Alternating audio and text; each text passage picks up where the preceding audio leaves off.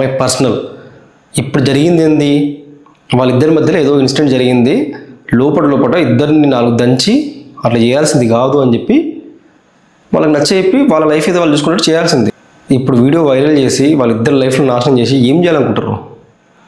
నిజం చెప్తున్నా, వాళ్ళ భార్యకు కూడా ఇదంతా చేయాలని ఒక థాట్ ఉందో లేదు, కానీ ఆ వీడియో తీసే ఒక అక్క ఎవరైతే ఉందో ఆమెకు మాత్రం చాలా ఉత్సాహం ఉంది.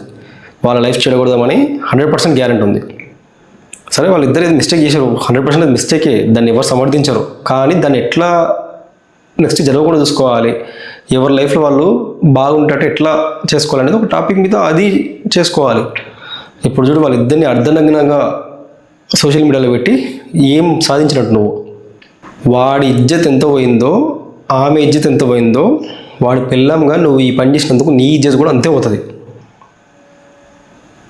చెప్తున్నా కదా, ఆ అమ్మాయిది అసలు మొత్తం తప్పంతా అమ్మాయిదే అంటారు, ఆ అబ్బాయి అసలు కాదంటారు. ఇద్దరు మిస్టేక్ 100కి 100% ఉంది. దాన్ని ఎట్లా చేయాలి, ఏం చేయాలనేది పక్కన పెట్టి ఒకడు వితౌట్ మేకప్, విత్ మేకప్ అని చెప్పి ఫొటోస్ పెట్టి వైరల్ చేస్తుండు. ఇంకోడు వాళ్ళు చేసిన ఫోక్ సాంగ్స్కి న్యాయం చేశారని చెప్పి ఇంకోడు అంటాడు. అయ్యా, ఆ అమ్మాయి చేసిన సాంగ్స్ మీద కొన్ని లక్షలు సంపాదించారు జనాలు.